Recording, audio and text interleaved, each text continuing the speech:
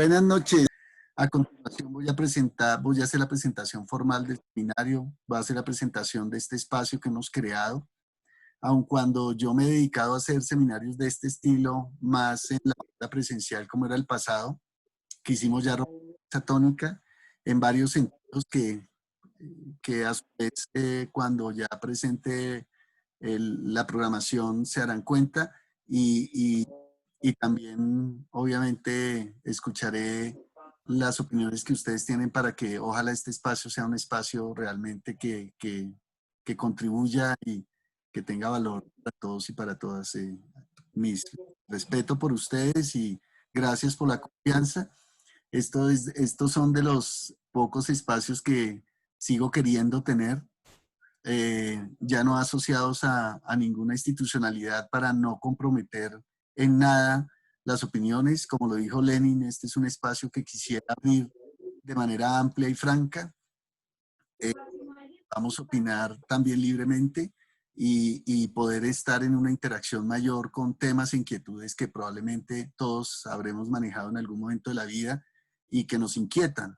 También tiene un profundo interés por profundizar mucho más lo que nosotros en la perspectiva cristiana llamamos el llamado, el diferencial que podemos tener. Esto va profundamente en eso, pero también entendiendo los desafíos que el mundo de hoy presenta en bastantes muchos sentidos y la contribución que yo quisiera hacer con este tipo de seminarios es que podamos tener eh, una apertura hermenéutica de diferentes vías para continuar con el diálogo con la tradición judeocristiana, con la Biblia en principio, pero también con el mundo cultural de esa época y de esta época que a veces creemos entender, afirmamos entender, pero que en los diálogos podemos redescubrir muchísimas cosas que creo que debe ser la vivencia que ustedes y yo hemos podido tener en el transcurso de la vida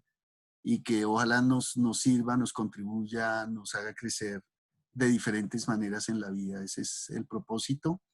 Espero estar a la altura. Para quienes no me conocen o se hayan perdido algo de mi vida académica, sobre todo, soy Nelson Rojas. Tengo un pregrado de estudios en teología y un pregrado en filosofía. Luego tengo una maestría en educación con énfasis en cognición, un doctorado en ciencias sociales, niñez y juventud. Y hoy en día me dedico, aparte de mi trabajo en World Vision International, con temas de estrategia y programación para niños y niñas con alto estado de vulnerabilidad y pobreza en el país, que ha sido como mi llamado más práctico en los últimos años sobre todo. También trabajo con varias universidades en el país. Me he dedicado muchísimo a estudiar la ética y la política desde entradas más filosóficas, sociológicas y ahora, por supuesto, con mis estudios en teología, con teología política, que en su momento veremos algo de eso, probablemente hoy mismo, para que vean unas entradas en clave de Amós, que va a ser importantísimo el diálogo. Y además, como ustedes lo han dicho, pastoreo una iglesia. Eh, es parte de mi llamado también que creo y de mi contribución que tengo de manera muy concreta a servir y quiero permanecer allí también sirviendo de manera muy concreta en algunos proyectos específicos como es el de la iglesia también, así es que es un espacio que aprecio y valoro enormemente y que para ustedes también, eh, algunos de ustedes que me conocen también en ese espacio estamos. Eh, vamos a ir a la presentación de lo que de lo que va a ser este seminario. Este seminario está asociado a un espacio que se llama Frónesis, así lo he creado, es nuevo. Frónesis en griego tiene muchas connotaciones, pero la más importante tal vez es que nos permite hacer una reflexión en términos de la vida de manera mucho más integrada. Frónesis es una palabra que al español a veces se traduce como prudencia, pero es mucho más que eso, es un concepto profundamente comprometedor de estilo de vida.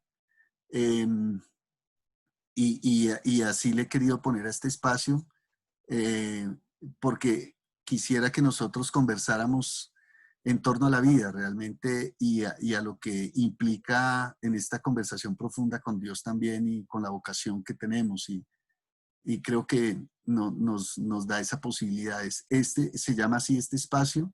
Como les cuento, no es un espacio asociado a ninguna institucionalidad, por eso las personas que ustedes deseen invitar pueden hacerlo eh, con toda la libertad, sabiendo que este es un espacio que nos puede permitir reflexionar de manera amplia y no quisiera ponerle más apellidos al asunto.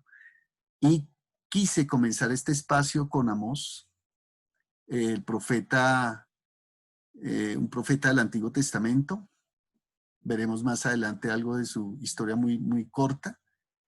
Y quise comenzar por un tema que debe ser central para todos y que deba tener preocupaciones profundas, conversando con la vida nuestra, pero también con la vida del país.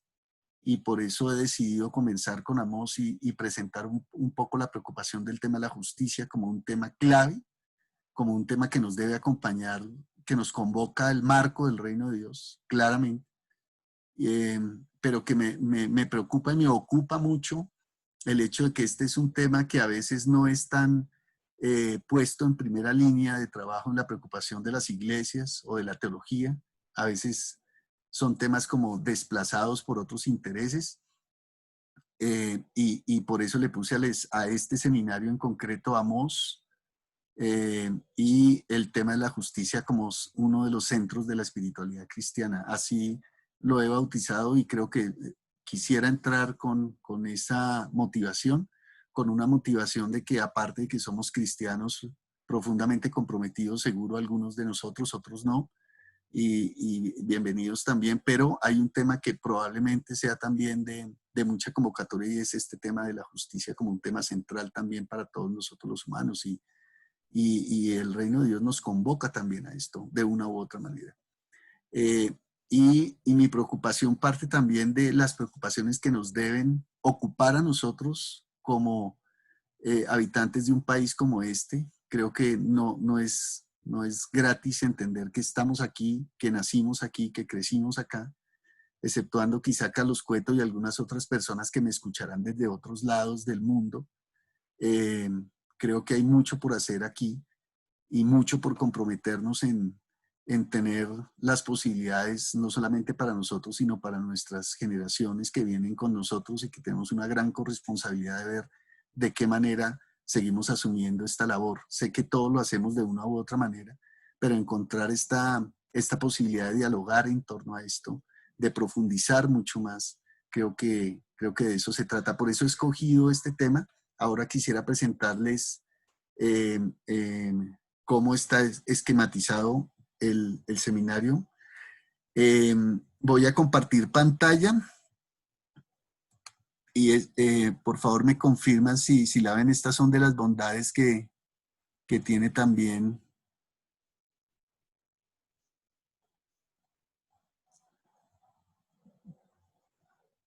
No veo aquí la aplicación. Sí, está aquí, pero no la veo. Denme un segundo, por favor.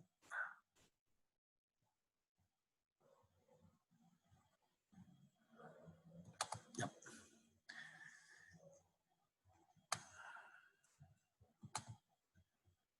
Bueno, aunque ella me ha dicho que no la presente, pero yo sí quiero presentarla. Mi hija está conmigo, Vanessa. Ella es la que me está ayudando a coordinar toda la logística que esto requiere. Así es que, no sé, me confirman si están viendo la pantalla en un esquema. ¿Me pueden confirmar si la ven? ¿Alguno que pueda? Sí, Sí, se ve. se está viendo. Perfecto, gracias. Perfecto, gracias. Bien, entonces quiero presentar, hemos hecho un seminario diseñado para 5 sesiones específicamente. Vamos a ir desde hoy, que estamos en 14 de julio, y son de aquí, cuenten ustedes, 5 sesiones, incluyendo esta. Iremos hasta agosto 11. Son exactamente 5 sesiones. En esas 5 sesiones quiero presentar 5 aspectos de una lectura que he querido hacer de Amós. La de hoy es pura introducción. Estamos en la segunda parte de la presentación, que es la presentación del programa. Como ustedes lo ven allí, presentación de asistentes y del programa. Nosotros no podemos no presentarnos entre nosotros, no compartir la vida, y por eso es tan importante haber hecho también este espacio de presentación para que por lo menos conozcamos quiénes estamos y quiénes vamos a compartir este espacio. Y hoy vamos a ver también justamente un tema importante que quiero abrir con ustedes, y es el contexto del antiguo Próximo Oriente, para contextualizar un poco el tema de Amos, pero también quiero hacer algo de contexto colombiano en conversación con ese contexto del antiguo Próximo Oriente, que creo que no nos hace daño, sino que todo lo contrario nos anima a la conversación. Y esa será la sesión de hoy. La sesión del próximo martes, Dios mediante, será Teología Política, la cuestión con las naciones, la globalización y el cosmopolitismo, así la he titulado. Perdón lo subido de los títulos, debo mejorar eso. Y en su momento explicaré, solo que es, si usted, y esto es, quiero presentarles el plan de lectura que está ahí a la mano, ustedes lo pueden ver. Este es un recurso para que ustedes le puedan tomar foto. Este es un programa que no lo pueden abrir si no tienen el programa, entonces es mejor si le toman una foto allí para que lo mantengan, porque adjunto con él hay dos mínimos que he querido tener para este seminario, que se animen ustedes. El primer mínimo, por supuesto, y el más indispensable de todos, es leer conmigo el libro de Amós antes de la sesión. Eso lo aprendí hace años de un profesor de la Universidad Nacional. Y es que para tener buenas conversaciones también se necesita, a propósito de la conversación, que por lo menos leamos algo. Y el algo que quisiera leer, pues si vamos a hablar de Amós, por lo menos leer a Amós. Entonces, el plan de lectura es que esta primera parte, que es de Amós 1:3 a 2:16, quisiera que la leyeran con mucha conciencia, con mucha pausa. Van a tener 8 días para hacerlo. Y que la lean a propósito del contexto en el que viven. Creo yo que nos da esta posibilidad hoy en día. Amós aquí presenta un asunto que es interesante, y es que hace un repaso por las naciones, incluyendo Israel. Y entonces este primer apartado que vamos a tener el próximo martes va a ser el apartado donde veamos qué es lo que está pasando con el mundo de hoy y qué era lo que pasaba con el mundo de Amós. Si uno tiene algunas claves para entender cómo es que va el mundo de hoy y de qué se trata esto, creo que va a ser algo más que suficiente. Y pues en el medio, quienes quieran, hoy voy a presentar alguna bibliografía muy básica y que pueda acompañar cada uno de estos apartados, solo para que ustedes la tengan en referencia, y si a alguno le interesa leer. Una de las cosas que este seminario va a aportar también es un link donde van a estar alojadas algunas de las lecturas de las que haré mención, de diferentes temas y diferentes tópicos. Ahora doy la aproximación a este curso, cuál va a ser, a este seminario, pero para que ustedes lo tengan en cuenta y lo puedan ver. También, y considerar lo que les interese, van a estar ahí en el link las lecturas alojadas, libros completos para que puedan también aproximarse y puedan nutrirse. Entonces ese será el próximo martes. Estaremos hablando más en clave de teología política, pero sobre todo una teología política pasada por temas muy contemporáneos también, que nos interesa a todos y que nos toca a todos. Una cuestión como la pandemia creo que nos despierta más de lo que éramos sensibles algunos de nosotros, con todo el tema de la economía y la globalización, con temas que decimos hoy en día: lo que pasa en el mundo nos toca a todos, y ese es un tema que hay que tener una conciencia así de grande también. Y Amós la tenía, de hecho. Entonces vamos a mirarlo ahí, propósito central. Tercer martes, vamos a tener la justicia, la cuestión en Israel y en Colombia. Así he titulado ese apartado. Desempolven toda su lectura sobre la cuestión de país que tenemos también. Vamos a conversar a propósito de la justicia y en clave de justicia, porque esa es la lectura que traemos también, para su contexto, para el contexto de su época. y con una preocupación honda y gigante con lo que pasa con Israel en clave de justicia. Entonces vamos a tener esa posibilidad y ahí la lectura va a ser Amos del 3.1 al 6.14. Es de las lecturas más amplias de Amos. Quizás la clave, con esa nos deberíamos quedar. Lucho con eso hasta el día de hoy. Tal vez deberíamos habernos quedado solamente con Amos 3.1 al 6.14, pero decidí hacer más bien una panorámica de todo el libro porque trae otras cosas interesantes también. Pero este es uno de los centros, este es uno de los ejes. Y entonces ahí vamos a tener la oportunidad de repasar algo de las preguntas centrales y de la experiencia que Israel mantuvo consigo mismo y con Dios y que de alguna manera nos debe servir como claves para entender nosotros también lo que nos toca en un país como el que Dios nos ha permitido vivir y en el que estamos. Esa será la tercera sesión, el tercer martes. El cuarto martes lo he titulado Libertad y Justicia, la cuestión del llamado y la vocación. Ese es el pasaje más corto, pero no el menos significativo. Ahí quiero combinar dos cosas que son sumamente fundamentales para entender dos de las grandes líneas de cuestiones como el llamado y la vocación que hoy en día son absolutamente incomprensibles si uno no las tiene en cuenta, que son la libertad y la justicia, en temas de llamado y vocación también. Y ahí entraremos de lleno a leer un diálogo interesante que hay entre Amós y un sacerdote de la época. Y a través de eso mirar algunos temas claves. Y la lectura será Amós 7 del 10 al 17. Podemos tener algunas lecturas adicionales. Yo les voy a dejar cada día su propio afán. Les dejaré algunas tareas para los que quieran ir y visitar el link de las lecturas y ahí encontrarán lecturas de apoyo sobre estos temas, más las que ustedes mismos tengan y traigan. Por supuesto, respeto la historia y el background que cada uno de ustedes trae para que puedan contribuir también a este seminario. Y el último y el cierre será la prospectiva. ¿Qué podemos esperar? ¿No? Y es Amós 7, 1 a 9, 10, que es la segunda sección más amplia de la forma como he dividido este seminario.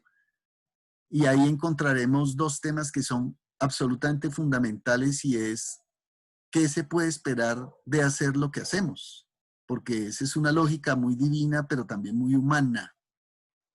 Y es si uno entiende de qué se trata la vida, hay una serie de cosas que caminan con nosotros y que se combinan en una sola manera de vivir, que es el pasado, el presente y el futuro.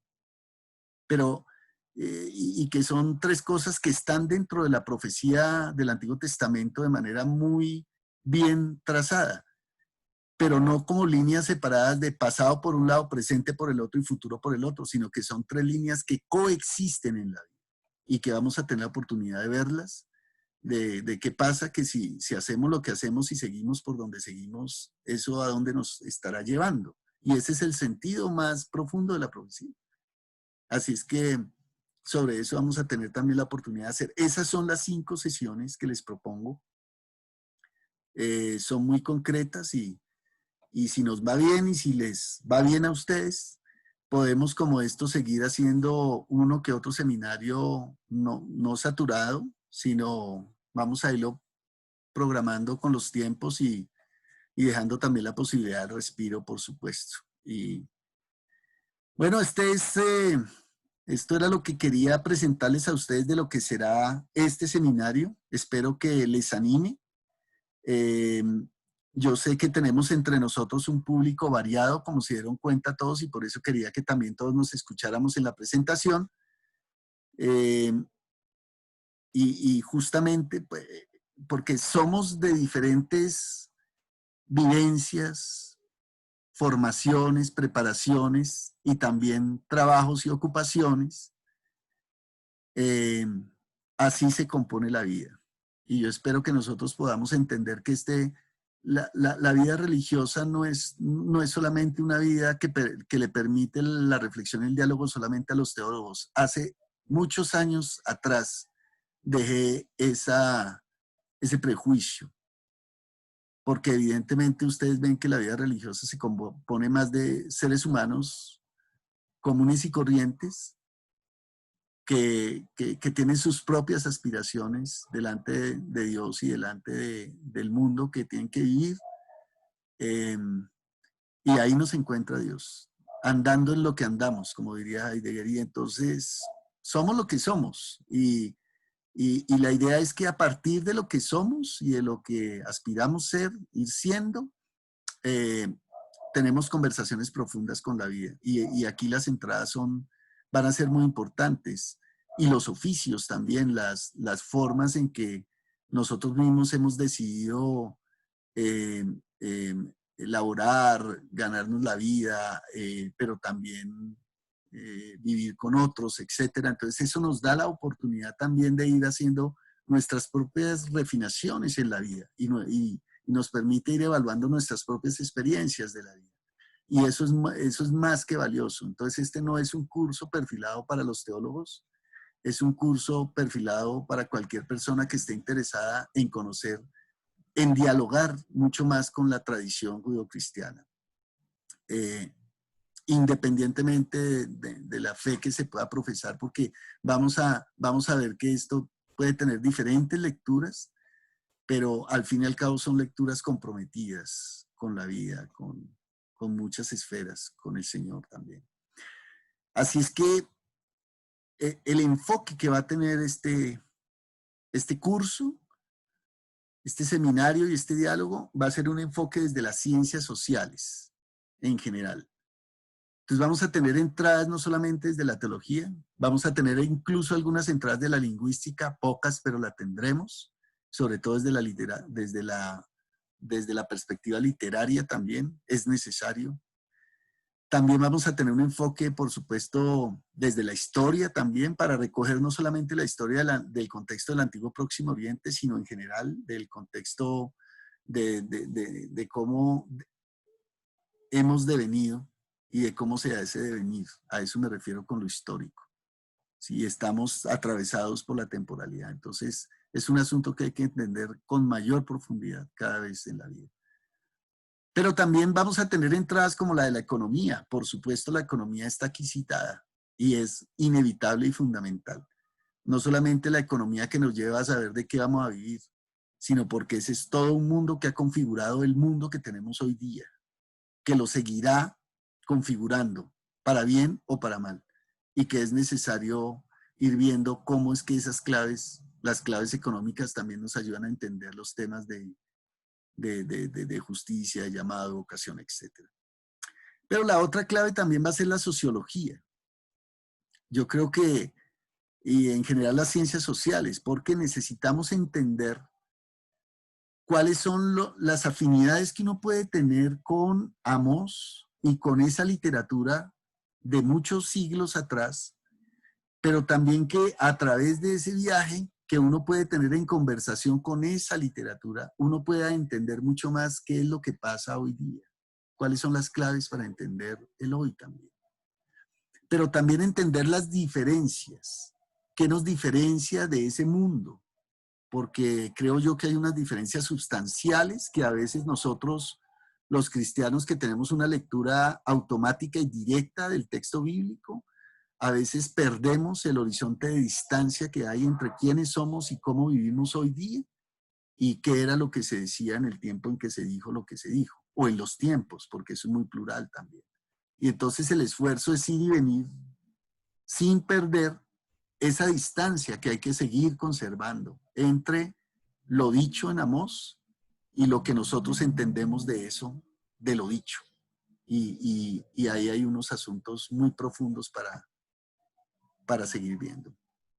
Entonces, dentro de las ciencias sociales vamos a ver cómo se configura ese mundo, cómo configuramos nuestro mundo, especialmente en términos de las relaciones, de los colectivos, de las individualidades, diríamos de las subjetividades, etcétera, y cómo se va configurando el mundo también de esa manera, de ese mundo, de este mundo, de los mundos posibles.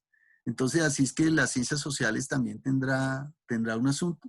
Y por supuesto, en los temas de justicia. Vamos a tener el derecho aquí también como un invitado importante. Tenemos por lo menos 2, 3 abogados aquí que pueden dar una perspectiva también sobre el asunto del derecho y la posibilidad que tenemos. Si ustedes se dan cuenta, es una materia para mí todavía pendiente en un país como el nuestro, el tema del derecho. Es un tema donde cada día tenemos más normas y normas y normas, pero yo no sé, yo no estoy tan seguro de que nosotros entendamos esa dinámica del derecho como es que es y cómo contribuye para que nosotros vivamos en un mundo feliz, digámoslo así. Y creo que ahí hay que hacer una conversación más profunda. Entonces van a haber varias entradas. Yo espero que también se dé la posibilidad de mirar la constitución nuestra y la pedagogía venga, porque tenemos muchos maestros también acá, entonces me interesa también tener esa clave acá. Y ver cómo es que se va configurando el mundo también, y sobre todo el mundo de la justicia, lo que los jóvenes, los niños, las niñas hoy en día entienden por estos temas de la justicia, ¿no? Que a veces creo yo que cada vez menos hay un interés hacia allá, pero que de todas maneras hay una convocatoria y un llamado siempre del reino hacia nosotros para nunca olvidar este tema. Es un tema central en el corazón de Dios y lo vamos a tener que profundizar mucho más. Entonces la entrada va a tener todas esas entradas y bibliografía que voy a ir dando en su momento van a estar de muchas profesiones. Sé que a todos no nos interesa y ese está bien.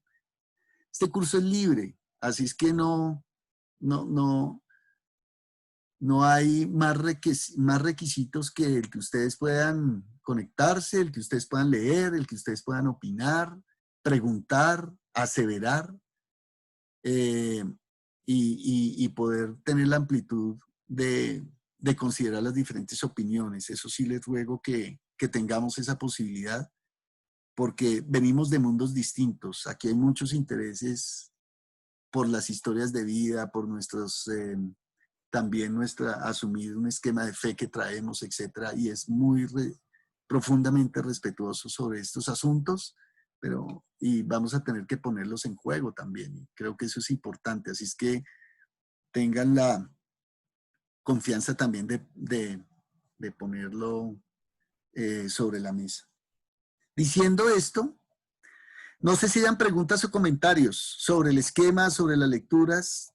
Ahora voy a ir presentando un poco bibliografía también, que la voy a ir alojando, mucha de ella en un link que luego les compartiré, con mi hija, con Vanessa, que ya se las presenté, Vane, para que te vean. Ella es la que me va a ayudar con las comunicaciones, etcétera, con ustedes para que puedan tener respuesta ágil, rápida, porque si fuera por mí va a ser complicado, pero por eso quisiera tener ayudas para que esto se vuelva también de más calidad en ese sentido. Y ustedes puedan, voy a armar un grupo de chat porque va a ser mucho más eficiente así la comunicación entre nosotros. WhatsApp hoy día tuvo una falla mundial, no sé si se dieron cuenta, pero en la tarde hubo momentos en los que se perdió, pero esperemos que no tanto. Voy a abrir un grupo. La mayoría, nosotros ya tenemos casi la mayoría de números de teléfonos de ustedes, así es que van a recibir el vínculo del grupo con el logo del seminario, etcétera, y ahí iremos enviando masificadamente la información, el link para las lecturas, etcétera. Todo eso lo vamos a mover de esa manera. Es un link abierto para que pues, el que quiera compartirlo pueda compartir. Eso sí, la edición solamente tengo la responsabilidad de hacerla yo, pero se puede leer y quien tenga acceso al link puede bajar las lecturas también sin ningún problema. Creo que eso forma parte de los derechos culturales que entre nosotros debemos compartir. Y bueno, eso también va a ser importante. Los libros están siendo tan costosos hoy en día que ya también es un lujo tenerlos. Entonces, bueno, me he dedicado mi vida también a tener una biblioteca virtual importante que pueda ir compartiendo con mis amigos y mis amigas también sobre los diferentes temas y de acuerdo con los intereses. Bien, diciendo esto, que alguien más quiera asistir, que no pudo asistir, yo no voy a llamar lista a ninguna clase, yo para eso tengo las universidades y con eso para mí es suficiente. Al que le interese estar, va a estar, el que no se quiera conectar, los intereses van y vienen y yo los entiendo. Y este para mí es un tema abierto, así es que como diría Foucault, no voy a tener el complejo de estar mirando desde el panóptico a ver quién está, quién no está, si abrió, si cerró, si se fue. Es un tema que va a tener en serio el tema de la justicia y la libertad como temas centrales, y eso lo vivo cada día con mayor seriedad. Entonces, pero va a tener el recurso porque estamos también creando un sitio en YouTube donde todos estos seminarios, a partir de este de ahora, vamos a irlos colocando. Yo he hecho seminarios en el pasado de Molman, de Joaquín Jeremías, de una cantidad de otras cosas, incluyendo uno de Toro, ¿no? Ahora que me acuerdo. Ok, hemos hecho muchas cosas. Pero pensando ya en que esto se vuelva un recurso también para que la gente lo acceda y pueda... me han pedido que escriba mucho y hoy día estoy escribiendo más, prometidísimo, pero también hoy en día estamos teniendo también este tipo de plataformas para que la gente que no pueda asistir, que por determinadas razones pueda ir a YouTube y puede ver la sesión, lo que le interese, ¿no? Ahí tienen toda la libertad. Eso sí, los recursos van a estar allí para que ustedes puedan a su vez acceder en los momentos que quieran, repasar en los momentos que quieran y traer a colación el tema. ¿Cuál es la ventaja de estar en vivo? La ventaja de estar en vivo y en directo es que usted puede hacer comentarios, puede levantar la mano. Nosotros aquí tenemos un sistema que estamos viendo con Vane, ella me está ayudando a monitorear para ver quién levanta la mano. Ahí, yo no sé si todos ya, espero que ya todos estén familiarizados con la plataforma. Hay un tema ahí en la lista de participantes, ahí en ese recuadro que ustedes pueden abrir ahí, en la parte de abajo del recuadro de participantes, hay como 4 comandos en la parte de abajo. Hay uno de ellos que es el de, está con unos puntos suspensivos y usted puede levantar la mano. Es la mejor manera para no irrumpir de una vez, y aquí lo estaremos monitoreando y seguro haremos la intervención. Por ahora no quisiera tener un formato tan rígido como que es que yo me apropie la palabra y solo al final déjalos hablar, porque creo que ese no es el mejor esquema. Por años ya hemos aprendido que debe abrirse en apertura, en diálogo, en anotaciones, en comentarios. Así es que siéntase en la libertad. También puede utilizar el chat si le parece que es más elaborado. Yo creo que hay maneras también de reflexionar hoy en día. Una de ellas también es el escrito y válido. Entonces tienen también la posibilidad en la plataforma de hacer chat y de introducir preguntas en el chat. Jairo es muy juicioso, por ejemplo, y él me mandó una pastoral de preguntas, ¿no? Yo siempre recibo de Jairo Méndez preguntas impresionantes que algunas de ellas las retomo, otras de ellas se van a ir respondiendo en los desarrollos. Entonces, utilicen las maneras con las que ustedes también se sientan más cómodas y cómodos. Chat, interacción en vivo, interacción a través del WhatsApp. Yo les pido, eso sí, encarecidamente, en que no vayamos a utilizar información que no corresponda para ese chat. Yo soy muy respetuoso también de poder usar esos espacios. Esos espacios son exclusivos de un seminario. Y lo que vamos a tratar en el seminario es si hay preguntas, si hay preguntas o alrededor del seminario o alrededor de la logística del seminario, o comentarios, pero también puede ser usado. Entonces, así es que me refiero al chat no de esta plataforma y de la interacción en la plataforma, sino el chat del teléfono del WhatsApp que vamos a tener también acá. Así es que creo que siempre vamos a tener aquí imágenes que acompañen las presentaciones y normalmente nos acompañarán siempre este tipo de esquemas que yo los voy completando con los seminarios, así lo hago con las universidades también. Con los años he comprobado que esta es una buena herramienta que al final le queda también a ustedes por si quieren hacer repasos. Es muy esquemático, pero muy contundente también. Y bueno, ahí lo iremos completando.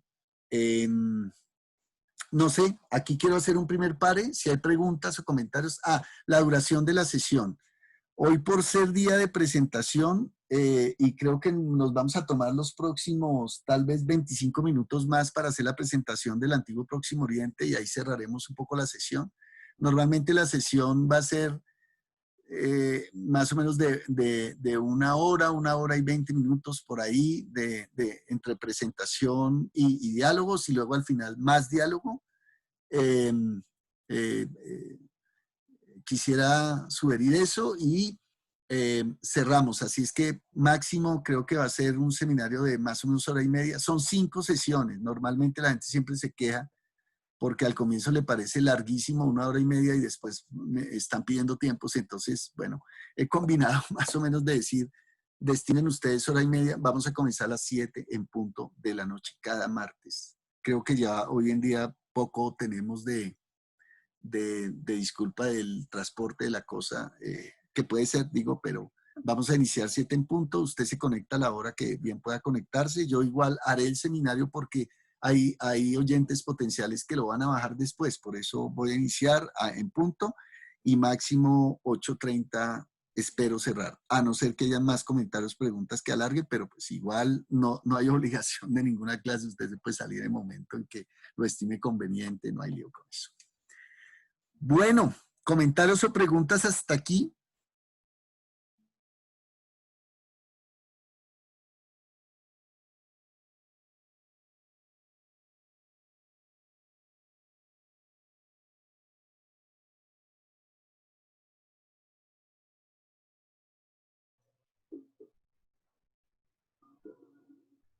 Hola Nelson, habla Lina. Hola Lina, adelante. Bueno, me ha parecido muy buena la explicación de lo que será el seminario y creo que empezamos de hecho bastante bien. El tema es bastante amplio, entonces sí, yo pienso que es parte del compromiso de cada persona, el reto personal que cada persona tenga también, leer, participar, ser puntuales en estas situaciones. Y para mí personalmente está clara en la propuesta de trabajo. Gracias. Vale, gracias Lina. Perfecto. Gracias. Bien, nos vamos a tratar con nombres propios en lo posible. Creo que es lo más respetuoso y lo más horizontal que podemos tener. Así es que yo les voy a decir por nombre propio, incluyéndonos a todos los que nos conocemos o no nos conocemos o lo que sea, y es la manera como podríamos interactuar de manera más libre. Ok, si no hay más comentarios y preguntas, quiero iniciar con la introducción entonces de dos maneras. Una, les quiero sugerir para el contexto del antiguo Próximo Oriente, voy a utilizar tres figuras, tres filminas que aparecen en un libro que se llama para comprender el Antiguo Testamento. Discúlpenme los que son teólogos, etcétera, pero yo que he tenido que leerme los grandes tratados y los pequeños, hoy en día yo prefiero utilizar entre más piezas más contundentes, pero que tengan la información también más puntual. Me gusta muchísimo. Ustedes pueden decirme qué les interesa también de profundidad, de mayor calado, y con muchísimo gusto yo les doy otra bibliografía, pero la más básica de todas. A mí me parece que para entender el Antiguo Testamento de un francés, me parece que, y ese es el esquema que voy a utilizar hoy, ya lo voy a presentar en el link. Permítame un segundo, yo creo que ustedes todavía siguen viendo mi pantalla, el Mind, sí. Sí. Sí, señor. Ok. Sí, ahí se ve. Ok, perfecto. Entonces, pero denme un segundo, aquí, stop, ya, listo, ya lo vi. Entonces voy a presentar dos libros que son los que sugiero. Uno de ellos es para esta primera parte, y quienes quieran tener una visión global del Antiguo Testamento, de su historia, de manera muy sencilla, yo estoy recomendándoles ese texto. Ya lo pongo en pantalla nuevamente. Espero que ustedes me confirmen, tal vez. Okay.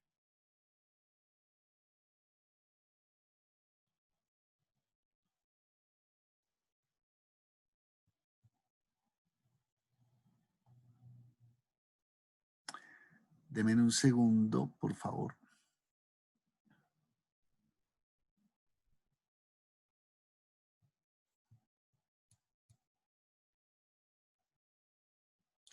Ya,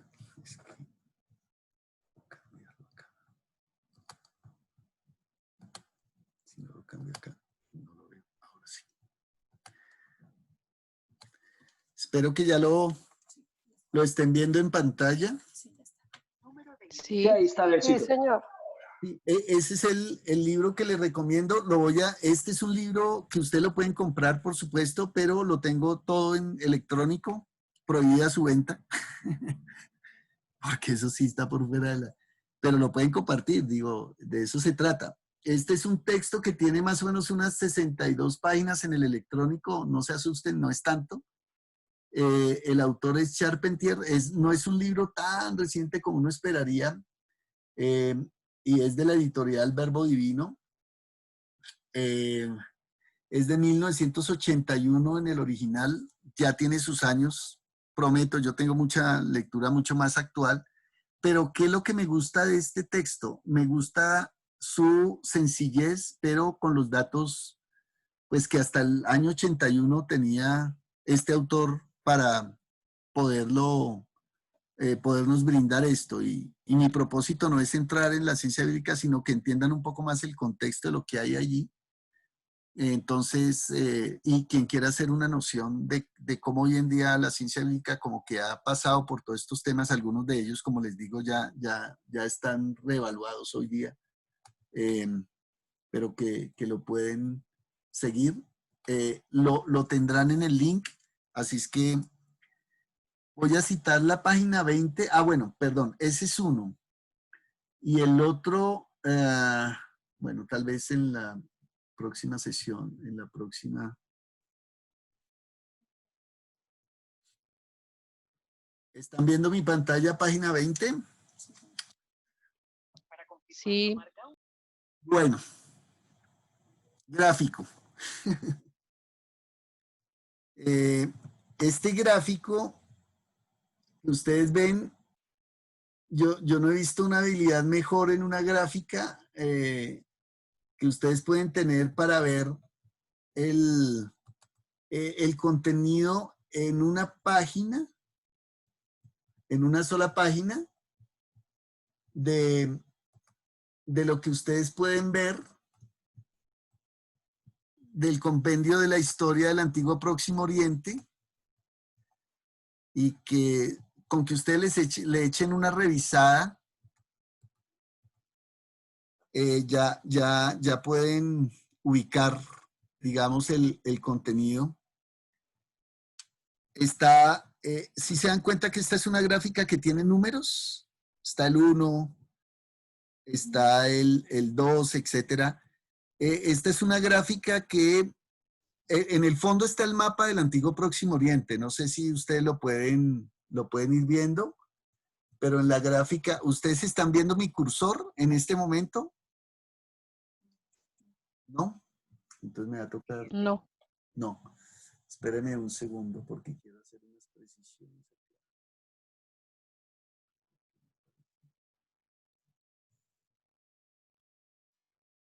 Voy a quitar mi video. Creo que en este momento el video es lo menos útil.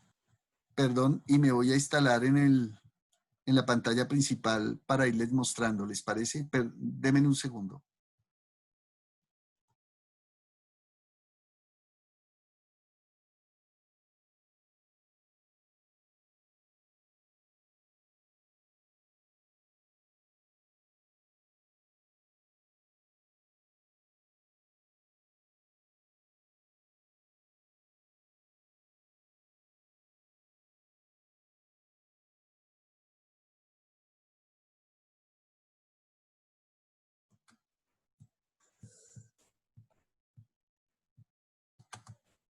Bueno,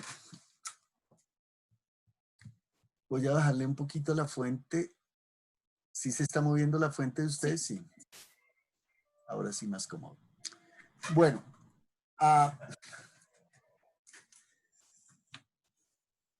Número 1. Egipto. Está en su parte inferior izquierda. Y Egipto está ubicado justo en el mapa del antiguo Próximo Oriente. Ustedes ven aquí a Grecia, ven aquí a lo que hoy en día es Turquía. Aquí está toda la zona del Medio Oriente, propiamente dicha, Israel, Siria, etcétera. Hacia este lado están los dos grandes ríos, y está Babilonia, Siria, etc. Aquí está la península arábica, el Mar Rojo y la puntica de África que tiene que ver con Egipto. ¿Estamos? Yo también tengo un mapa y lo podemos ver ahora más tarde en el mapa, pero solo quiero que entiendan un poco que la historia de Israel es una historia que uno no puede entender sin entender la dinámica histórica que Israel tuvo con sus vecinos. Y yo no sé si ustedes entienden eso, pero es como cuando uno va a tener, va a tratar de construir su propia historia y la construye sin los vecinos, ¿sí me entiende? Sin los vecinos, ¿a qué me refiero? Sin los vecinos del barrio, sin los colegas de trabajo, sin los amigos o las amigas. No es posible hablar así de la vida. Y eso, para entender a Israel, por supuesto, hay que entenderlo en la dinámica que tuvo con sus vecinos. Y digamos que la lógica política de la época es una lógica de imperio. Listo, tengo que decir también que la lógica de hoy en día también es de imperio. Y vamos a tener que entender esa lógica de imperio en qué consiste. Hay un texto de Hart que se llama Imperio. Se escribió en los 90. Así ustedes lo consiguen por allá en internet. Si a alguno le interesa, para poder entender cuál es la lógica de imperio que hoy en día permanece. Pero hay mucho de esa lógica de imperio que Israel lo padece tanto como nosotros hoy en día. Y ese es un asunto para comprender con mucha profundidad, porque quien no entienda las relaciones de imperio, de sometimiento y colonización, no entiende por qué Israel piensa lo que piensa, vive como vive y sueña como sueña.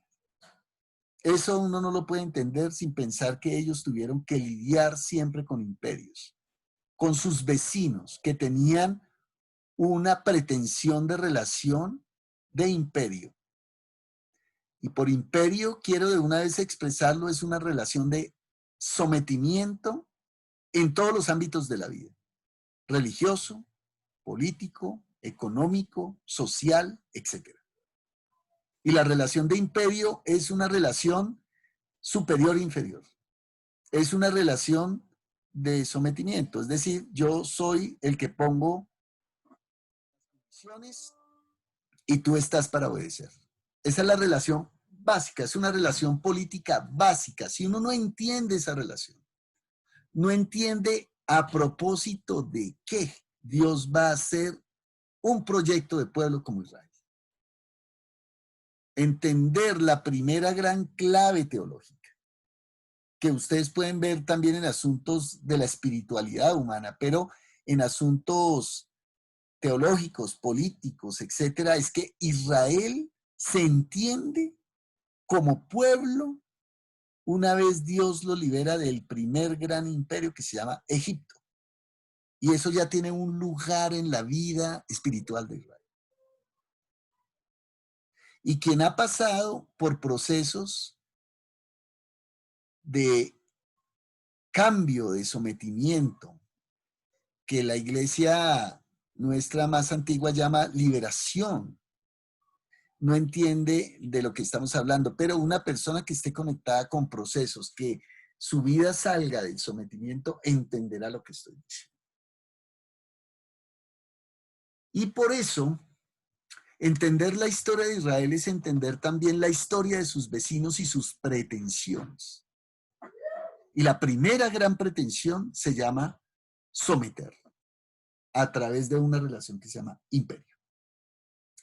Y lo que me gusta de este gráfico es que ustedes aquí tienen condensada una historia de más de 2000 años. Aquí están los imperios de más de 2000 años de historia, todos en un solo gráfico. Por eso me gusta este libro, porque usted no necesita leerse las 300.000 páginas que a algunos nos ha tocado leernos en la vida para entender de una buena manera este tema, ¿sí? Y ese es mi propósito. Entonces está Egipto como número 1. Es el lugar teológico de Israel. Si usted no puede entender a Israel si no entiende que el lugar de su salida se llama Egipto, como lugar de una vida sometida hacia la libertad. Sobre eso tendremos que hablar muchísimo en el curso de este seminario. Pero eso tiene ya una clave, como ustedes se dan cuenta, no solamente teológica, sino histórica, política, etc. Y por eso el punto de partida se llama Egipto. Egipto, para bien o para mal, no solamente es el primer imperio cronológicamente hablando, porque al igual de Egipto está Babilonia, la más antigua, no la reciente que está aquí en el numeral 3, sino la más antigua, porque hay casi que podríamos hablar más bien de Sumeria y Acadia, que está en el mismo periodo de Egipto. Pero, ¿por qué se trae a Egipto y no a Sumeria y Acadia? Esa es una muy buena pregunta que ustedes podrían hacer, los que entiendan esta historia más antigua. No se tiene aquí a Sumeria y Acadia porque no fue tan significativa su relación, siéndola, pero no es tan significativa como sí va a ser la de Egipto. Y la de Babilonia más reciente y Asiria más reciente. Pero Egipto es el lugar, el punto de partida de Israel. O sea, Israel no va a ser Israel sin que se entienda como que Dios los ha liberado de Egipto. Ese es un lugar teológico, un lugar existencial, pero también un lugar histórico. Todo eso junto. Y ese es el número 1. Ustedes saben que Egipto tiene más de 3.000 años de historia, o sea, más de 3 milenios de historia, hasta Jesús de Nazaret, hasta el año que llamamos comillas 0. Es decir, cuando nosotros llegamos a la época de Jesús, ya Egipto llevaba como civilización y como pretensión de imperio 3.000 años.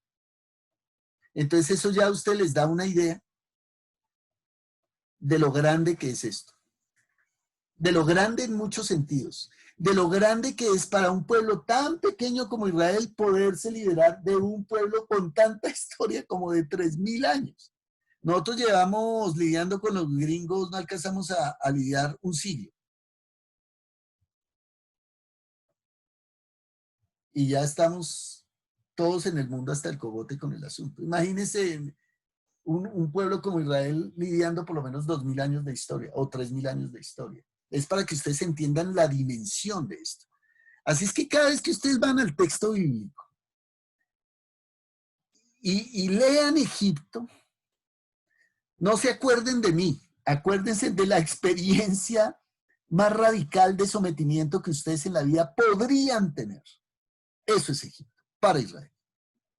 Y por eso ustedes verán que en los textos bíblicos hay una aversión siempre para que Israel vaya a Egipto. Porque cada vez que Israel va a Egipto, es volverse a dejar someter. De eso se trata esto. Entonces, por eso Dios es tan contundente al decir y al negarse siempre a que se vaya usted a Egipto. ¿Cómo pueblo? Porque volverse a Egipto es dejarse volver a someter. De ese tamaño. Ese es el 1, Egipto. No voy a decir más porque pues es entrar en la historia más profunda, etcétera. No hay tiempo en un seminario de estos para esto, pero ustedes me dirán también, me podrán decir si quieren alguna ampliación o quieren un curso posterior, lo podemos ir haciendo. Amílcar dice que el libro de Charpentier hay una edición de 2005. Es la edición física que tengo. Esta la han venido reeditando, Amílcar, la edición, pero normalmente pasa con estas ediciones que ya la de Charpentier ya no la van a renovar más, porque hay otros libros que están supliendo ya el de él, digo, pero lo que me parece importante de esta edición es que sigue siendo maravillosa para este tipo de explicación, ¿no? Pero como les digo, más bibliografía actualizada podemos ir mirando en el curso de los diálogos que más interesen también y que lo podemos ver de manera más personal. Y para mí ese es un compromiso que tengo con ustedes, de acompañar diálogos más profundos a quien interese más. Okay. Entonces, número 1, Egipto. Si ustedes van, número 2, ¿por qué está tan lejos? Porque está en el mapa situado, ¿sí me entiende? Esa es la lógica que tiene este gráfico, entiéndanla por favor, porque de Egipto pasamos a Siria, es decir, de la parte superior, de la parte inferior derecha, de izquierda, perdón, vamos a ir a la parte superior derecha del gráfico, que es Asiria, ese es el número 2. Ese es el segundo gran imperio que tuvo relaciones con Israel. si el primero fue Egipto, y de Egipto estamos hablando de 3000, del año 2000 antes de Cristo, del año 1000 antes de Cristo incluso, Asiria ya es un imperio que lo podemos ubicar a finales del siglo VIII y que Israel, sobre todo el Israel del norte, va a estar sometido al imperio asirio después del año 722 antes de Cristo. Entonces ese es el otro imperio aquí a colación. El imperio asirio tuvo una política de desplazamiento interno, de lo que nosotros llamaríamos desplazamiento interno, que es, si usted es rebelde, yo me lo llevo a usted para otro lado. ¿Sí? Y a Israel le tocó pasar, eso es lo que llamamos el exilio, que lo practicó Asiria y lo va a practicar Babilonia, que es el 3, que ven ustedes allí. Y como Israel, desde el punto de vista de yo no sé si ustedes se habrán dado cuenta que eso es muy sutil en las relaciones de sometimiento, y es que si usted no está de acuerdo con quien somete, entonces desde la lectura del que somete, usted es un rebelde. ¿Sí? Y eso ha dado lugar a todas las lecturas en la política, a todas las lecturas, pero también no solamente en la política, sino en las relaciones interpersonales. Entonces, no, con ese no puedo hablar porque ese es muy rebelde, o esa es muy rebelde, y por rebelde entienda que no está de acuerdo con lo que usted está opinando, o con lo que usted está diciendo, o con lo que usted está implantando. Y entonces la lectura es de rebelde. Pues bien, Asiria y Babilonia, al igual que Egipto, siempre van a mirar a Israel, y los demás también, Grecia, Persia, Roma, etc. Siempre van a mirar a Israel como los rebeldes, como los revoltosos, porque esos no se dejaban dominar. Y entonces la política de exterminio de Asiria, de Babilonia, sobre todo esos dos, fue sumamente fuerte con Israel. En los dos van a haber desplazamientos internos, uno a finales del siglo VIII, después del año 722 a.C., y otro, y otra éxodo grande, obligado, va a ser con Babilonia, que es el 3. Ustedes lo ven ahí en el centro casi del gráfico. Ahí es donde más o menos está Babilonia. Babilonia está más aquí en este lado. Ese es Babilonia, solo que por efectos de cuadro lo hacen al lado. Lo mismo Asiria está mucho más acá. Aquí ustedes lo ven Asiria, pero pues el cuadro está acá. Y aquí está Babilonia, está acá, Entre Ríos, pero el cuadro de Babilonia está acá. ¿Sí? Y ahí está, también es un imperio que va a someter a Israel de manera radical, va a ser un éxodo muy fuerte hacia otros territorios, hacia Babilonia misma, efectivamente, a comienzos del siglo sexto, perdón. En el año 587 Babilonia va a tener en un estado de sometimiento a Israel impresionante. Le va a quebrar el corazón espiritual a Israel. Realmente el momento más doloroso de Israel en su historia va a ser el exilio babilónico. El exilio babilónico, del exilio babilónico, o usted se muere como pueblo, o usted renace como pueblo. Por eso muchas de las figuras pero, voy a decir esto, ¿cómo lo digo? Pero estando en el exilio, es que Israel recuerda su historia en Egipto, me hago entender, porque les vuelve a recordar un asunto sobre el cual ellos ya tienen una memoria colectiva, que es que con Egipto ellos nacieron porque salieron de allá. Y entonces van a volver a repetir en toda su historia, cada vez que Israel está sometido, va a volver a recordar a Egipto como lugar de sometimiento. Y entonces, pero Babilonia va a ser, digamos, como la experiencia, el crisol que va a dar lugar para que Israel se convierta en un pueblo que, independientemente de si está con tierra o sin tierra, va a ser el pueblo de Israel. Se va a constituir como pueblo. Y eso va a ser de la mano de esta experiencia tan fuerte como fue de irse de su tierra. Y como ver sometida a por lo menos 2 o 3 generaciones de niños y niñas. Eso es Babilonia. Babilonia está a finales del siglo, a comienzos del siglo VI, y va a estar Israel durante todo el siglo VI. Luego el otro vecino que va a venir va a ser Persia, que es el número 4. ¿Sí? Persia es un imperio que, digámoslo, su historia es una historia de las más ricas, pero de las menos conocidas, y con el imperio persa, Israel va a retornar a su tierra, después del año 530, más o menos. Pero es porque el imperio lo concede. O sea, lo que yo quiero que también caigamos en la cuenta es que es porque es una política imperial. Sí, claro, Israel va a leer eso como que Ciro está enviado como mensajero de Dios. Eso lo ven ustedes en el segundo Isaías, en el Isaías después del capítulo 40. Incluso va a decir en Isaías después del 40, Ciro, mi mensajero, etcétera. Léanse esas profecías y ustedes encontrarán ahí. Esa es toda la relación con Asiria recreada en esos textos, ¿no? Porque Israel entiende que Persia va a jugar el papel de el retorno y les va a facilitar las cosas para que Israel se regrese a su tierra. Y van a tener, entonces eso es lo que se llama el post-exilio en la historia de Israel. ¿Sí? Y ese post-exilio va a ser después más o menos del 530 en adelante. Se va a llamar el post-exilio mientras Israel vuelve y se recupera, vuelve, y ahí es donde está Esdras, Nehemías, etcétera, donde ellos están en toda esa reconstrucción de Israel, etcétera. Y de ahí ellos no van a volver a ver exilio, sino hasta el Imperio Romano. O sea, los demás imperios lo van a someter, es decir, Grecia, Roma, los van a someter, pero ya no los van a exiliar, hasta Roma en el año 70, que los vuelve a exiliar. Y solamente hasta después de 1948, es decir, en siglo XX, ellos regresan a su tierra. Y forma parte del gran problema del Medio Oriente hoy día. Esa es otra historia. Pero para que ustedes entiendan, entonces que Israel ha tenido que lidiar con las relaciones de sometimiento toda su vida. Entonces es Persia, el vecino que ahora lo somete, y luego de Persia vendrá Grecia. ¿Sí?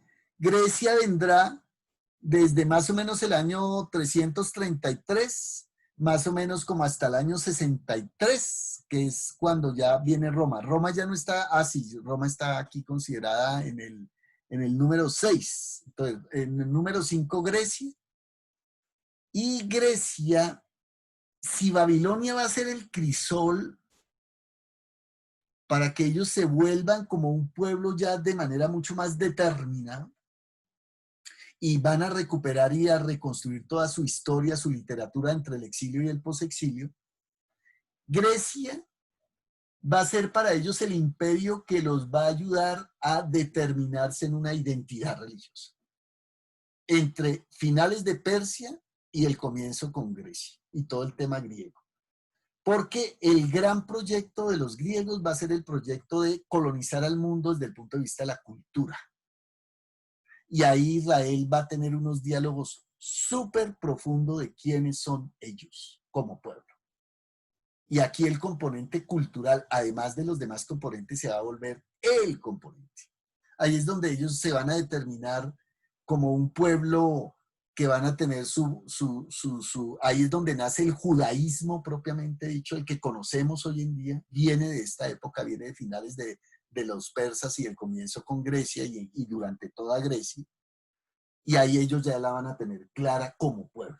Y ahí es donde ellos van a consolidar ya toda su literatura. Eso lo veremos en unos minutos más. Ya hoy no alcanzamos, estamos fuera ya. Y Roma. Con Roma, entonces, como ya lo repetí, Roma va a someter al Próximo Oriente en su totalidad casi. Y por supuesto Israel no va a ser la excepción. Y con Roma va a pasar el largo exilio de Israel. Israel es el único pueblo que va a durar más o menos 2000 años de su historia sin territorio y con unas poblaciones diversas en todo el mundo. Ese es Israel. Israel ha podido superar el hecho de como pueblo no haber tenido la posibilidad de tener un territorio compartido y que les tocó por casi 2000 años tener que seguir conservando sus tradiciones como pueblo, teniendo la población que tienen en el mundo y sin poderse ver. Por eso el proyecto después de 1948 va a ser el proyecto para Israel. Y ahí es donde va a venir toda una línea sionista que si hay tiempo la comentaremos en algún momento, ¿sí? De la vida, digo, no de este seminario porque esto ya excede. Como ustedes se dan cuenta, toda esta historia usted la puede contar. Nosotros duramos semestres con estas vainas hablando sobre esto, la historia del Antiguo Testamento, pero he tratado de hacer un resumen lo más apretado de la historia de Israel, digamos, de más o menos unos 1500 años aquí. Está representado en este cuadro, más o menos. Para que ustedes entiendan la dimensión. Cada vez que usted se acerque a la Biblia, vaya con esa dimensión y ese respeto, con esa conciencia de que aquí nos están contando una historia de más de 1500 años de experiencia de vida. Ténganlo en cuenta. Y que tienen sus propias versiones, porque el Antiguo Testamento es un compendio de énfasis en la historia, tal como quienes han escrito lo han querido entregar. Entonces hay 1000 versiones del Génesis, 1000 versiones de Israel en Egipto, 1000 versiones de lo que fue Israel en la historia y en la ley. ¿Por qué lo digo de esa manera? Porque ustedes no pueden entender que solo el Génesis de la creación del mundo solo se da en Génesis 1 y 2 y 3. No, no, no, no, no. Van a los Salmos. En los Salmos hay Job. O sea, hay otra literatura que habla también de ese mismo momento, pero con una perspectiva distinta. Entonces, cáptenlo, capten la dimensión histórica que esto tiene. Cada vez que usted se acerque nuevamente a leer la Biblia, téngalo en conciencia, que no está leyendo un libro que se redactó de un momento para otro en un punto histórico, ya lo tiene todo, sino que es un libro que colecciona la vida de 1500 años de historia de Israel. Y ese es el cuidado que hay que tener cuando pues, uno se acerca al texto bíblico. Comentarios. Yo hasta aquí voy a dejar por hoy. Ustedes podrán ver, ya les dejaré esto en el link para que los que no tengan este libro, si quieren echarle una mirada, sobre todo para los que no han tenido la posibilidad de tener una lectura genérica de toda la historia de Israel, sobre todo conectado con la mano del Antiguo Testamento, lo puedan hacer a través de este libro que es muy básico, pero me parece que tiene elementos interesantes pedagógicos, ¿no? Como este cuadro, por ejemplo, que te muestra. Y aquí lo que va a hacer Charpentier en los próximos capítulos es abrir toda esta historia e irla contando, ¿no? Eso es lo que tiene este libro. Ya no tenemos tiempo para más. 8:45 de la noche. Espero que no se me haya ido todo el mundo. No he visto. Si quieres, para ahí. Comentarios, preguntas. Cerramos la sesión de hoy. La próxima sesión vamos a mirar dos cosas interesantes en la introducción. Una de ellas va a ser entrar al siglo VIII para entender por qué Amós, dónde llega, en qué tiempo histórico llega, pero en la base de la historia de Israel, porque aquí no hemos contado la historia de Israel, hemos contado la historia de la lógica de los imperios que rodearon la historia de Israel, pero todavía hay que entrar en la historia interna de Israel para entender un poco Amós dónde se puede ubicar. Yo espero que este esfuerzo, que puede ser hasta irresponsable, espero que mis colegas investigadores y mis profesores no me hayan escuchado mucho porque estoy tratando de reducir a la más mínima expresión cursos y cursos, tiempo, historia, horas de esta cosa. Pero queremos escuchar comentarios o preguntas que ustedes tengan sobre lo que hemos repasado un poco el día de hoy. Espero que no haberlos aburrido. También pueden haber comentarios de si alguna cosa debo mejorar, también por supuesto los escucharé. Y quienes quieran también escribir, perdón, en el chat lo pueden hacer. Por favor, solo si me levantan la mano, quienes quieran participar o preguntar o cualquier cosa pueden hacerlo. O si no, abran el micrófono sin vergüenza si no encuentran todavía la manita y ahí nos vamos aprendiendo. Nancy, adelante. El sitio me parece súper interesante y queda uno, por lo menos a mí personalmente, queda como la expectativa y el querer saber indagar más sobre el tema. eh, sobre este sometimiento, como su merced lo refiere, fue el imperio. Apenas es el abrebocas de lo que pasó Israel.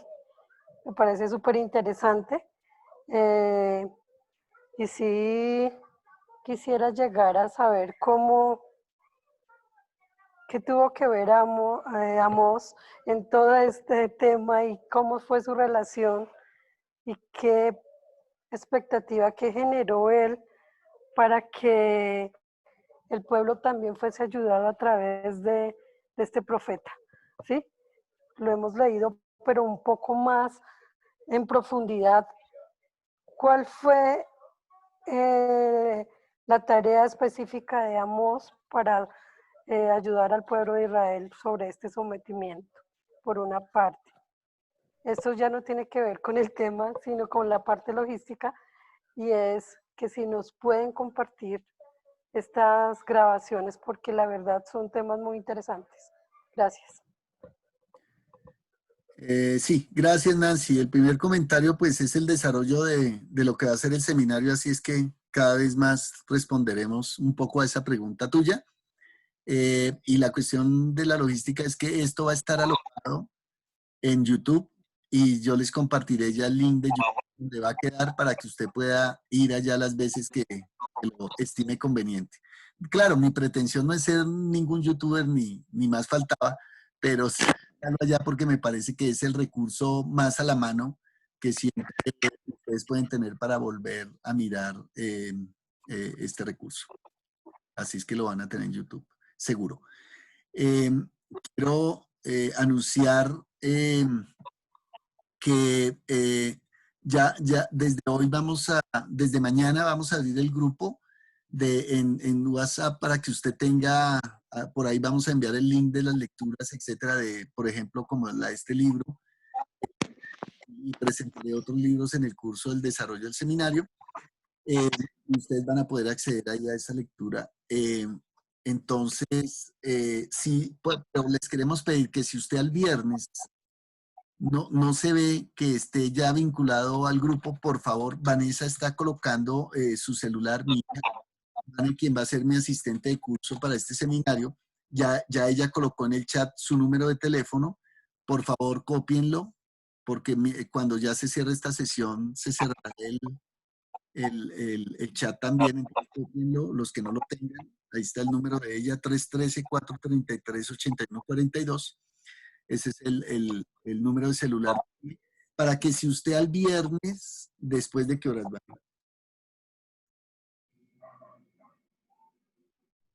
Después del mediodía ya va a tener para chance, le vamos a dar a Vanessa la oportunidad de que nos vincule a todos. Si después del mediodía usted no se ve, por favor, escríbale un chat a ella diciéndole, hey, no me incluiste, inclúyame. Y listo, los incluirá. Ciérrame el micrófono. Ok, no sé creo que todavía tenemos lugar para una o dos participaciones más. Si lo quieren hacer, pueden hacerlo.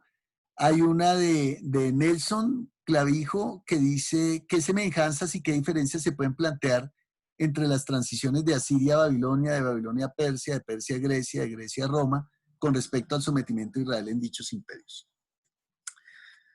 Bueno, es una pregunta que se resuelve fácilmente en un semestre. Voy a tratar de hacer un compendio muy de lo más básico, absolutamente.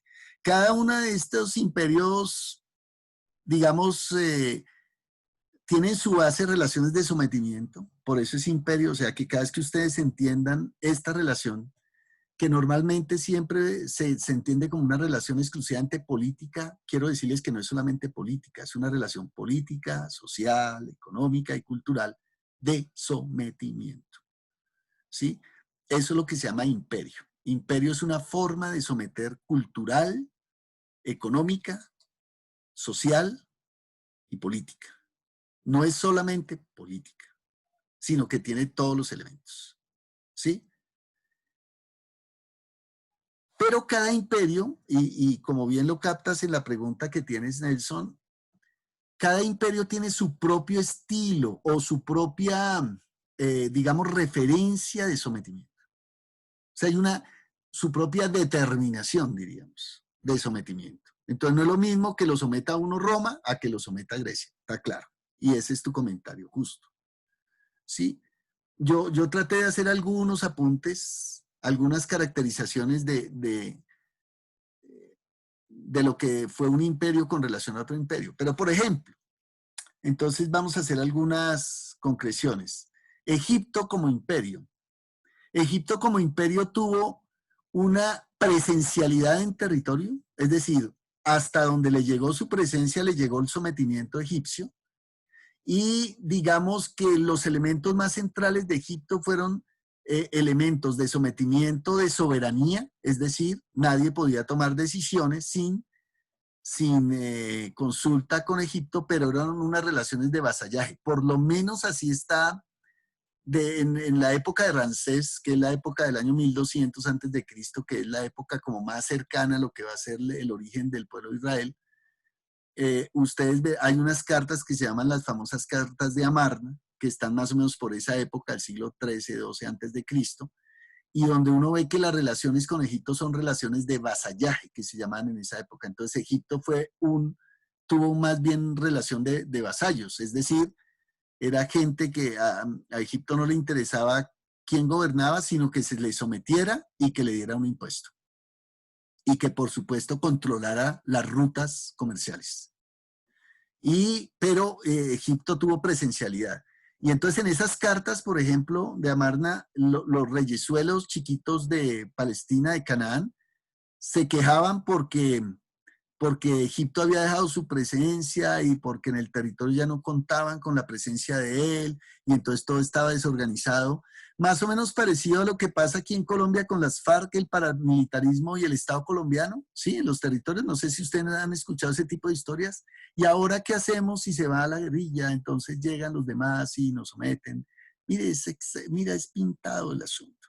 Ustedes podrían ver esa historia. Cuando hay ausencia de, comillas, orden, comienza todo el mundo a reclamar, ¿cierto? ¿De qué manera? Entonces ustedes ven las cartas de Tel Amarna, que es una zona por allá en el antiguo Próximo Oriente, pero son cartas en Egipto encontradas.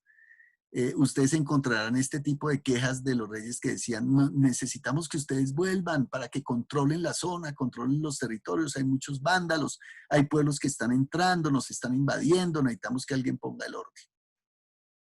Eso es Egipto. Asiria. Asiria es un imperio más frontal en términos de autoritarismo. Fue el que se inventó, digamos, Asiria fue el que se inventó la transhumancia de los pueblos, el trasteo de pueblos. Usted se me volvió un rebelde, se me volvió un problema, entonces se me va y los trasladan. Y Israel del norte, que vamos a ver esa historia con Amós, porque justo estamos un poquito antes de que Asiria entre a la esfera mundial. Amós tiene esa gran virtud, y ya se los anticipo de una vez, es el que de alguna manera anticipa estas relaciones de vasallaje y de sometimiento al cual va a llegar Israel. Es el primero entonces que va a practicar el desplazamiento interno por intención política. Desde Asiria es un imperio donde va a trasladar masas de población de un territorio a otro territorio. Porque su estrategia es una estrategia de sometimiento por traslado. Si usted los traslada, usted los refunde. Y entonces usted verá que con Israel del norte pasó, que cuando esos pueblos del norte de Israel se fueron con Asiria, se perdieron como pueblos de Israel, porque se disolvieron en los otros pueblos. Y esa fue la política asiria. Es una política de alto sometimiento, y si usted no acuerda en los mismos términos que él lo acuerda, en términos de vasallaje y en términos de impuestos y economía y de religión, entonces Asiria te traslada. Y eso más o menos va a ser la misma política de Babilonia. Asiria y Babilonia van a hacer ese tipo de imperios. Y entonces destrozan pueblos, los destrozan por dentro, porque al llevarlos a otro lado, la aspiración de ellos es que se disuelvan como pueblo. No sé si me entienden la expresión disolver. Disolver es que ya ellos se vuelven parte de las otras culturas y dejan de ser lo que eran estando en su territorio. Y eso es lo que le va a pasar a Israel del Norte. Israel del Norte se va a perder como pueblo de Israel porque se va a disolver allá en los pueblos del norte y nunca más volveremos a saber de ellos como tribus, etcétera, de Israel. Y Babilonia igual. ¿Cuál es la diferencia entre Babilonia Siria con Judá e Israel? Que Judá, a pesar de que fue trasladado, Judá logró consolidar su identidad como pueblo y mantenerse, a pesar de haber sido exiliado.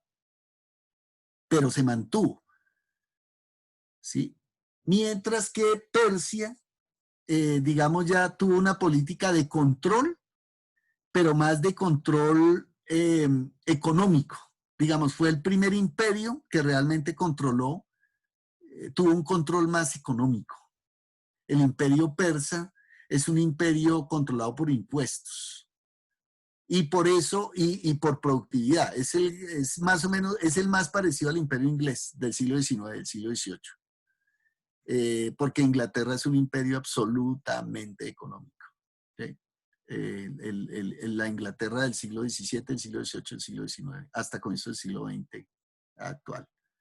Si ustedes entienden una lógica como la inglesa en términos de económicos, ahí es donde nace y crece la revolución industrial. Bueno, el más cercano en el pasado, tal vez el equivalente mayor es Persia.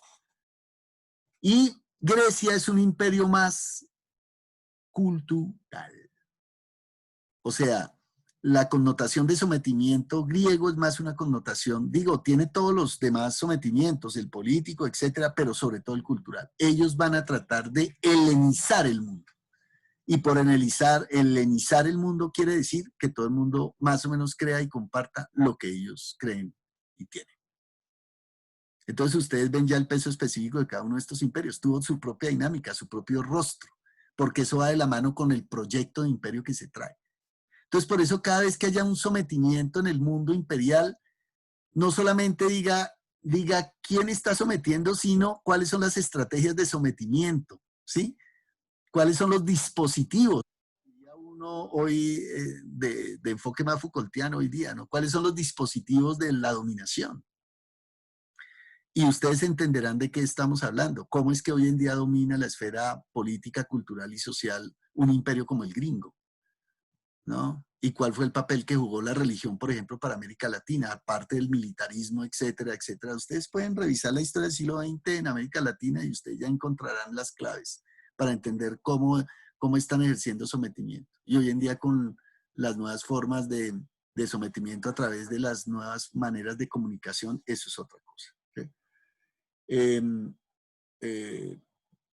Ya, hasta ahí dejaría mi comentario porque ya se hizo muy tarde, son las 9 de la noche, perdón, me extendí en ese último comentario, pero espero que haya sido un poco más ilustrador. Dejamos hasta aquí por hoy, ¿les parece?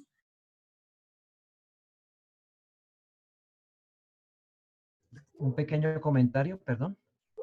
Dale, Jairo. Qué pena. No, mira, es lo siguiente. Creo que había una ruta comercial que unía el norte, el nororiente y el sur con Egipto, que cruzaba precisamente por la región del antiguo Canaán. Y me parece que fortaleció también las pretensiones imperialistas de estas naciones en la medida en que quien tuviera dominio de esa ruta comercial que pasaba precisamente por Canaán podría extender su imperio desde el punto de vista económico, político y cultural hacia toda la región del Antiguo Oriente, ¿no?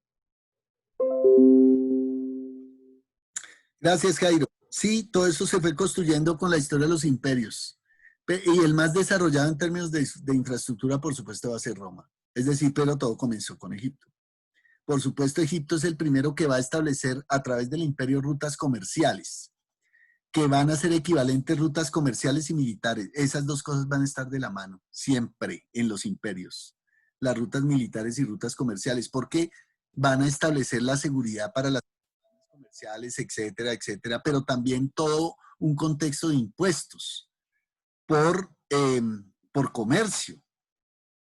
Entonces, todo esto, imagínense armar una logística imperial para garantizar solamente la recolección de impuestos. Eso requiere ya toda una infraestructura. No solamente una infraestructura vial, sino una infraestructura en términos institucionales para recoger, para traer, para llevar, que garantice también la seguridad, las rutas comerciales, etcétera, etcétera. Gracias, Jairo, por el comentario. No quiero decir más al respecto. Yo creo que por hoy cerramos. Espero que los que no sean de estas ciencias ni de estos saberes no hayamos sido tan subidos, o si no tienen toda la libertad y la posibilidad de decir, no sé, espere, va muy rápido, hermano, deténgase, enfatice aquí o no entiendo allí, y seguro con muchísimo gusto vamos a hacerlo más ameno. Espero haber colmado ciertas expectativas, espero que no me dejen solo, porque pues para eso lo hago con el propósito del espíritu de estar juntos. Les mando un fuerte abrazo. Por favor, déjenme saber sus comentarios a través del chat con Vanessa para ver si algo debo corregir, etcétera. Y es un gusto verles. Nos estaremos viendo. Los que quieran permanecer unos minutos más para dialogar lo pueden hacer, pero formalmente hasta aquí quiero cerrar el espacio. Muchas gracias. Un abrazo.